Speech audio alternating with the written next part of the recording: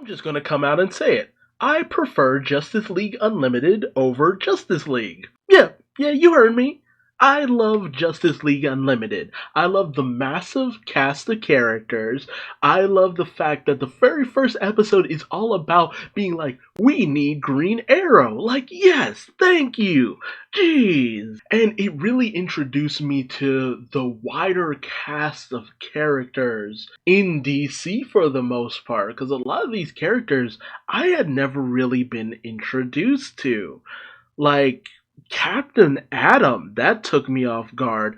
I had never been introduced to Captain Atom in terms of any form of animation, or even Black Canary. Oh man, Black Canary was absolutely fabulous of a character. And this was the one that actually had the episode for the man who has everything, where Mongol gives Superman this plant that attaches to him, which is a parasite called the Black Mercy, that gives him his wildest desires but feeds on him and would slowly kill him. And it's such a messed up episode because Supes has to give up his utmost desire just to be able to live on. And it's such a crushing ending, and Soup's rage in this, you could really feel it. Or the episode Kid Stuff, where all the members of the Justice League were aged down, the primary members, like little Superman, Wonder Woman, Batman, Green Lantern. I loved that episode. It was so fun. And just having Morgan Le Fay just kind of mess around and stuff like that, that was pretty awesome. The episode Hawk and Dove, my first introduction to Hawk and Dove, where they had to step up to the challenge that was way bigger than them, dealing with the Wonder Woman villain Ares. Like, yo. And I love to see weird matchups like that. Or even where Cersei transforms Wonder Woman into a pig. I'm basically just going through the first season because there's just so many crazy episodes that introduce me to Bwana Beast. Man, this episode is what I love. Bwana Beast, so good. Or Fearful Cemetery, which it was my introduction to the Question. Like, oh my god, the Question was so cool. He was so cool in this episode. Because he's just this conspiracy nut. And he's basically just a normal guy, but he's just all about conspiracies. He's always in the know about deeper things going on beneath the surface. And it's just like, you wonder, why is he even in the Justice League? Because he knows things. Or the episode, The Greatest Story Never Told, where Booster Gold is just in the background of things, helping people out while the Justice League are actually taking on this big threat. And I always hated that he never got this big appreciation for all these things he did in the background. This was also my introduction to Elongated Man, which made me not really like Elongated Man for the longest time. Or, The Return, where Amazo heads back to Earth after seemingly destroying Oa, and he's just heading straight for Lex Luthor, and everyone is trying their damnedest to stop him, but he just gets around everything in one way or another, and it is just...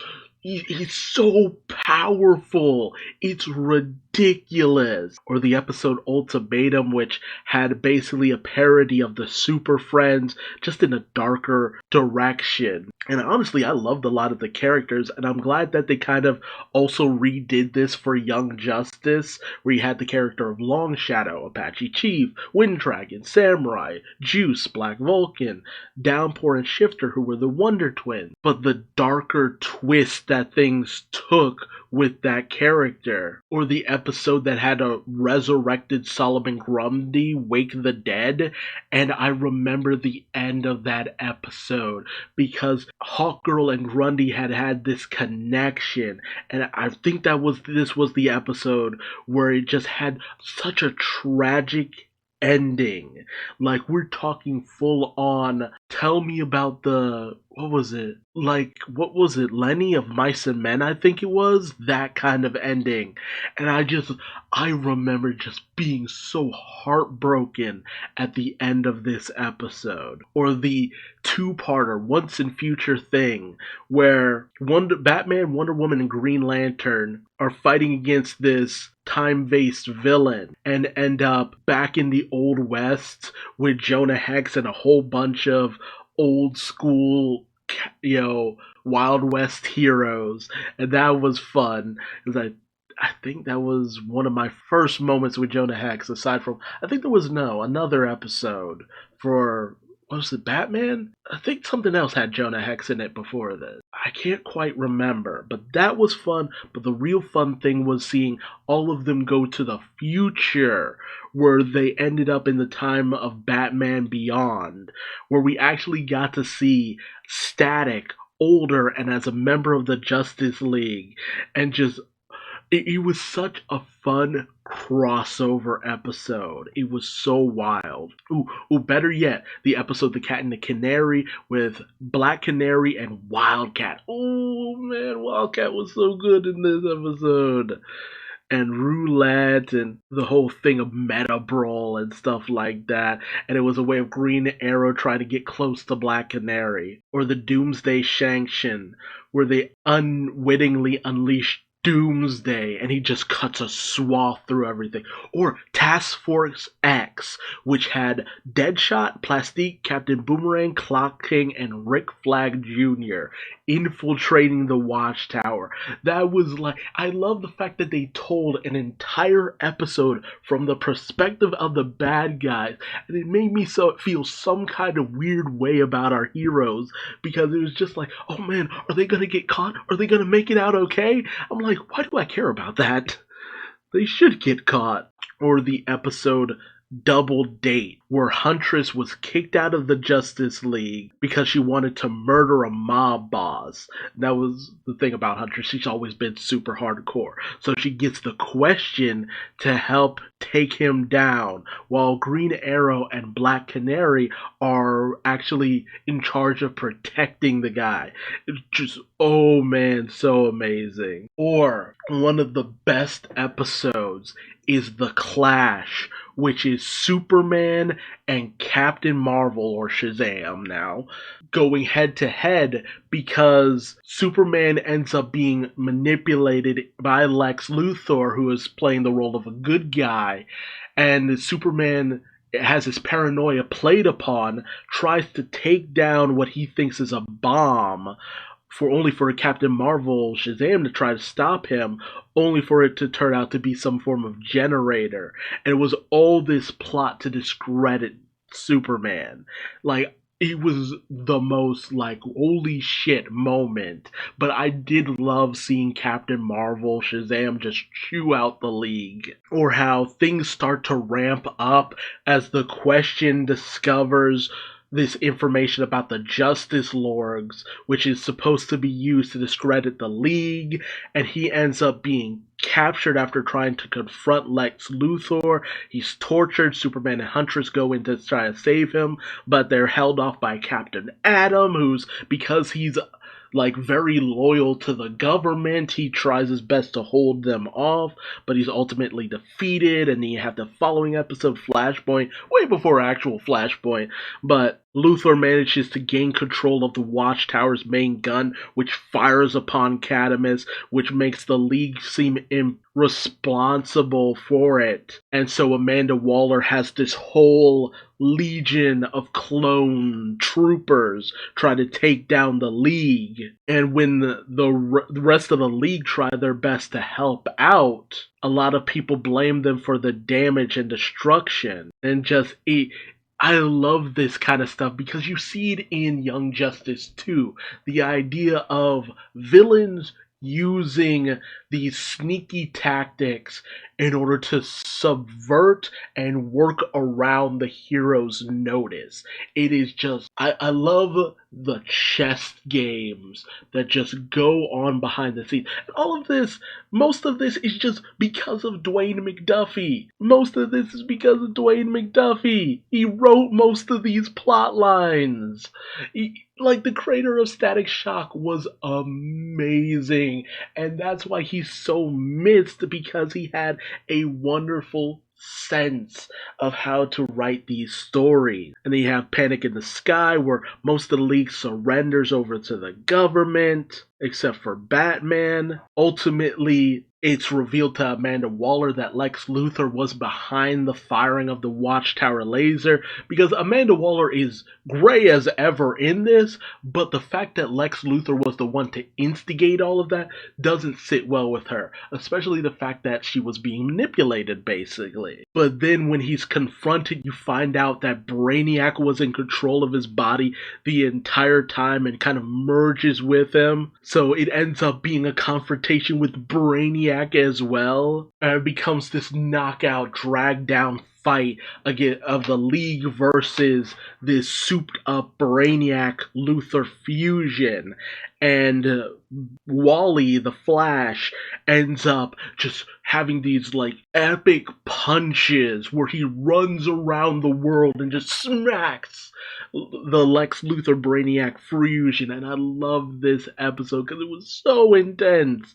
And then once he defeats him, he ends up being almost sucked into the Speed Force, but they managed to stave this off and pull Barry out of it. And at the end, there's even the thought that maybe the League should be disbanded, but they're ultimately convinced that with all the help and good that the League has done, that outweighs anything that has happened up to this point. But it's ultimately decided that the League will be run differently from now on. And I love that kind of stuff. It's just so many earth-changing things went on in this series. I especially love the episode Epilogue, where you got to have a bit of a follow-up to events of Batman Beyond and all that stuff, but I think I already went over that in the Batman Beyond Memories episode. And then you got the third season, which had a ton of restrictions because a whole bunch of other stuff was starting to come around this time. This was kind of the swan song for the DCAU, and most of that meant that certain characters were cut off because the Batman was also starting to come around this point, so a lot of Batman characters were off limits, and it kind of got cut down. You had mostly this overall continuing story where Gorilla Grodd had tried to create this new Legion of Doom, where he was basically taking over everything. One episode that actually was the one that introduced me to the character of Warlord and this whole kind of fantasy world. I had never known about this character beforehand, but it gives you a pretty good idea of it. The episode Flash and Substance was fun, especially because you got to see Mark Hamill play the Trickster again, and it was all of Flash's foes kind of coming together. The Mirror Master, Captain Cold, Trickster, Boomerang. It was actually pretty fun. Especially how Flash kind of treats a lot of his enemies to a certain degree. The episode Dead Reckoning introduced me to Deadman, and some pretty messed up stuff actually happened in this episode. Like, Deadman uses Batman's body in such a way that really mucks things up. One of my favorite episodes was the Patriot Act, which had the 7 Soldiers of Victory make an appearance. And you even got to see a cameo appearance of Speedy from Teen Titans, although they say it wasn't, but they gave him his design from Teen Titans. But he looks a little bit older in such a way that it's just like, it makes it very easy to still have that connection of Teen Titans and Justice League. I know it's not there, but come on. And it made me love the characters of Shining Knight, Vigilante, Stargirl, Stripe, like they were all like really fabulous characters that I'm always excited to see. And Stargirl even has her own series now. This is amazing. I'm still waiting to see if Vigilante and Shining Knight, well, I already know about Shining Knight, but Vigilante shows up in that show at some point. I wonder if they can do them justice, or even Green Arrow. But the hands down best episode has to be the Great Brain Robbery, where somehow Luthor and Flash end up switching minds. And, while Flash is just wreaking havoc with Luthor and his body, and a lot of the Justice League figures it out, Flash in Luthor's body basically has to do his best in order to navigate being in the Legion of Doom and trying his best to get out. Like, that episode was a lot of fun. But you also have the episode Grudge Match, which was Vixen, Huntress, Black Canary, and Hawkgirl, as well as kind of Wonder Woman in basically a cage match, an underground fighting match. And that, because I was a teen, appealed to me in a lot of ways. Let's just leave it at that. Or the episode Far From Home that actually involved the Legion of Superheroes. The Legion of Superheroes never really got as much attention as I wish they did. But this was a good introduction somewhat to them for me, because you only ever saw a few characters previously before this, but this one actually took place in their future timeline, and Kara ends up staying with them and helping out, and it's some pretty fun stuff. I honestly, when the Legion of Superheroes animated series came out, I thought it was going to be a bit of a follow-up where you would see Supergirl with the Legion of Superheroes. Not to say that I didn't like the Legion of Superheroes, I liked it better than most people, but I really did think that it was going to be a follow-up of this. Most of the stuff involving Hawkgirl and Hawkman, I was not the biggest fan of, but I've never been the greatest fan of their whole reincarnation history and all that. It's always been a bit shaky because it's just so convoluted, honestly. But then you had the two-part finale, Alive and Destroyer, where Lex Luthor has been trying his best to bring back Brainiac so that he can merge again with him, only for him to accidentally end up bringing back none other than Darkseid, who just goes back to Apokolips, takes things up like he's never left. The remaining forces of the Legion of Doom end up teaming up with the Justice League because they're SOL at this point, and it becomes this all-out invasion. Like, they were doing the whole Darkseid invasion thing versus the Justice League before the Justice League live-action movie ever came out, and they did a better job of it. Hell, even the New 52 basically tried to replicate this whole situation, but more of an underdog kind of story. And it wasn't as good as all of this because there was so much build up towards it. You don't start off with Darkseid. You don't start the formation of the League with Darkseid. You end the League with versus Darkseid. Darkseid is not small potatoes. Darkseid is endgame boss. And I love the final confrontation because as everyone else is battling, it basically becomes Superman, Batman, and Lex against Darkseid specifically. And you have the whole, I think this is the one where you had the whole World of Cardboard speech where Supes is just like, this is finally my time to not hold back. And just Supes is delivering these earth-shattering punches to Darkseid, and it's so amazing and intense and awesome. Ultimately, Darkseid gains the upper hand, but it's pretty amazing. And Luthor, who had gone to the Source Wall with Metatron, the guy in the whole chair, the Mobius chair, he had managed to find the anti-life equation, goes to share it with Darkseid, and they just disappear. It is the most mysterious ending possible. It's just like two of the greatest bad guys in the DCAU just go poof. But they say if they ever do come back, because the forces of Apocalypse retreat, the Justice League will be there to save the day. And the villains who helped out are actually given a 5-minute head start before the League goes after them. And then we end with the League going back off into the fray. It was a phenomenal series. I wish they had less restrictions, but at the same time, I think that they worked their plot lines out great with the restrictions that they had. Because I'm gonna be real, the thing about a lot of series that people don't understand is this. Your first few seasons, you should be growing your characters, have them going through storylines, plots, stuff like that.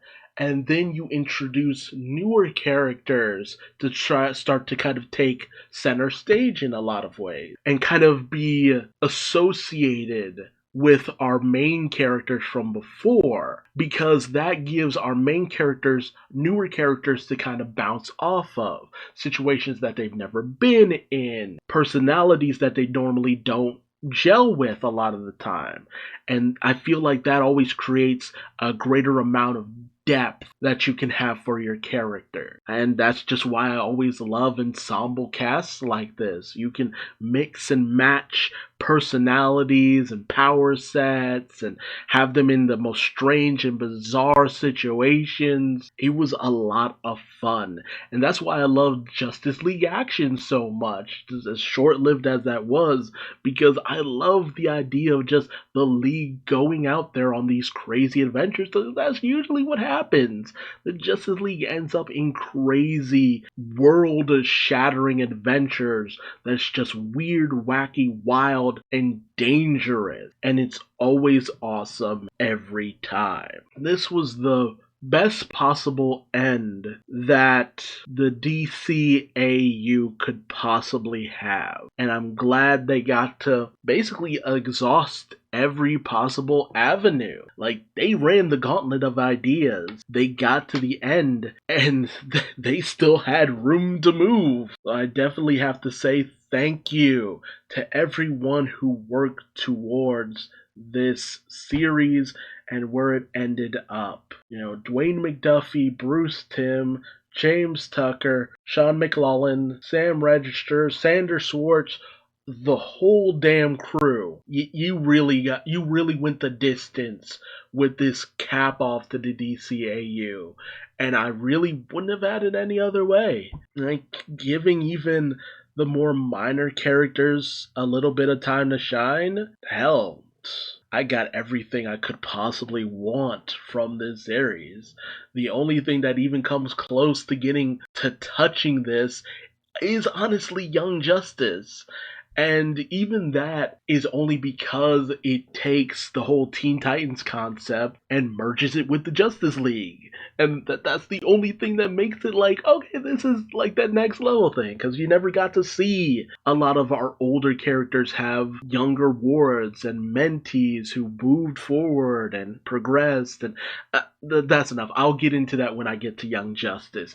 I love Justice League Unlimited because of what it stands for. An end to one of the greatest cartoon universes out there. And before the MCU, the greatest universe out there, period. But tell me your thoughts in the comment section below. Did you love Justice League Unlimited? Were you lukewarm to it? Do you feel like they could have done better? I'm interested to hear from you. Or what was one of your favorite episodes? Who was one of your favorite characters? Let me know in the comment section below. And if you like this video, please like, comment, subscribe, and hit the bell icon for notifications. And until next time, I've been Duuz-Diz-Din, and I will see you later. Bye-bye.